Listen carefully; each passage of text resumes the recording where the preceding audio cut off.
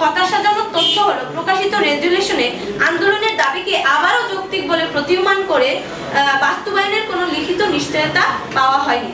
ক্ষুব্ধ শিক্ষার্থীরা 14 মে 2025 তারিখে ঢাকা কেন্দ্রীয় শহীদ মিনারে এক মহাসমাবেশের ডাক দেয়। হাজার হাজার শিক্ষার্থী শান্তিপূর্ণভাবে অংশগ্রহণ করে এবং দুপুর 1টা পর্যন্ত দাবি লিখিতভাবে মেনে নেওয়ার জন্য আলটিমেটাম দেওয়া হয়, কিন্তু কর্তৃপক্ষ নীরবতা প্রদর্শন করে। ফলে আন্দোলনকারী শিক্ষার্থীরা শাহবাগ অভিমুখী পদযাত্রা শুরু করে এবং সেখানে অবস্থান কর্মসূচি পালন করে।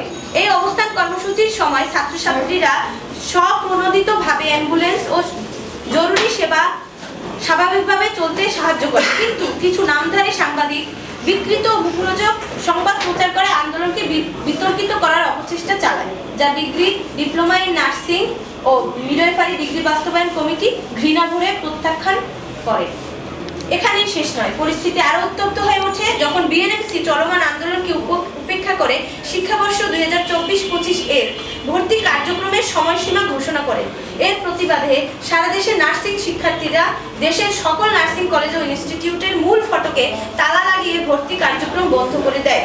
এই কর্মসূচির উদ্দেশ্য নবীন শিক্ষার্থীদের বিরুদ্ধাচরণ নয়, বরং তাদেরকে ভবিষ্যতে এইচএসসি পাস সম্মান নামক অবমাননাকর শিক্ষানীতির শিকার হওয়া থেকে রক্ষা করা। আমি আবারও বলছি, এই কর্মসূচির উদ্দেশ্য নবীন শিক্ষার্থীদের বিরুদ্ধাচরণ নয়, বরং তাদেরকে ভবিষ্যতে এইচএসসি পাস সমমান নামক অবমাননাকর শিক্ষানীতির শিকার হওয়া থেকে রক্ষা করা। তাই আমরা চাই নবাগত শিক্ষার্থীরা যেন কোনো স্বীকৃত বিশ্ববিদ্যালয়ের অধীনে প্রফেশনাল রোডম্যাপ সংবলিত ডিগ্রি সমমান প্রফেশনাল ডিগ্রি কোর্সে ভর্তি হয়ে এই বৈষম্যমূলক শিক্ষা ব্যবস্থা থেকে বের হয়ে আসতে পারে।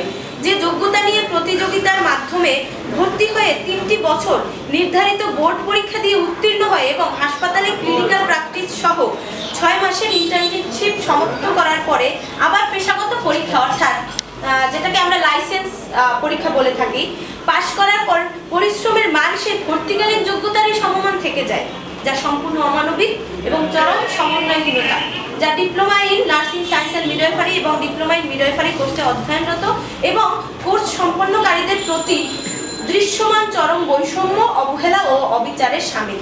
নার্সিং শিক্ষায় মানের এই অবমূল্যায়নের কারণে যেমন অন্য কোনো উচ্চশিক্ষা গ্রহণের সুযোগ থেকে বঞ্চিত হওয়ার আশঙ্কা রয়েছে, তেমনি বহির্বিশ্বে রয়েছে কষ্টার্জিত নার্সিং শিক্ষার সনদের অবমূল্যায়ন।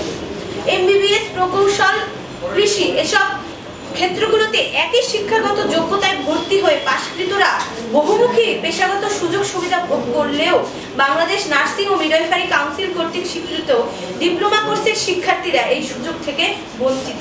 শুধু তাই নয়, একই প্রতিষ্ঠান থেকে একই ব্যাচে একই যোগ্যতা নিয়ে ভর্তিকৃত bachelor of science in nursing অর্থাৎ বিএসসি ইন নার্সিং পাশকৃত যেখানে পছন্দমতো পেশায় নিজেকে প্রতিষ্ঠিত করতে পারছেন, সেখানে ডিপ্লোমা শিক্ষার্থীদের প্রতি করা হচ্ছে চরম অবিচার ও মানসিক নিপীড়ন। এই বিষয়টি আমি আরেকটু ভালোভাবে স্পষ্ট করি যে আমাদের এই নার্সিং কাউন্সিলের অধিভুক্ত মেনলি এইচএসসি ফর এন্ট্রি 3টা কোর্স, একটা হচ্ছে diploma in nursing science and midwifery, একটা হচ্ছে ডিপ্লোমা ইন মিডওয়াইফারি এবং একটা হচ্ছে bachelor of science in nursing.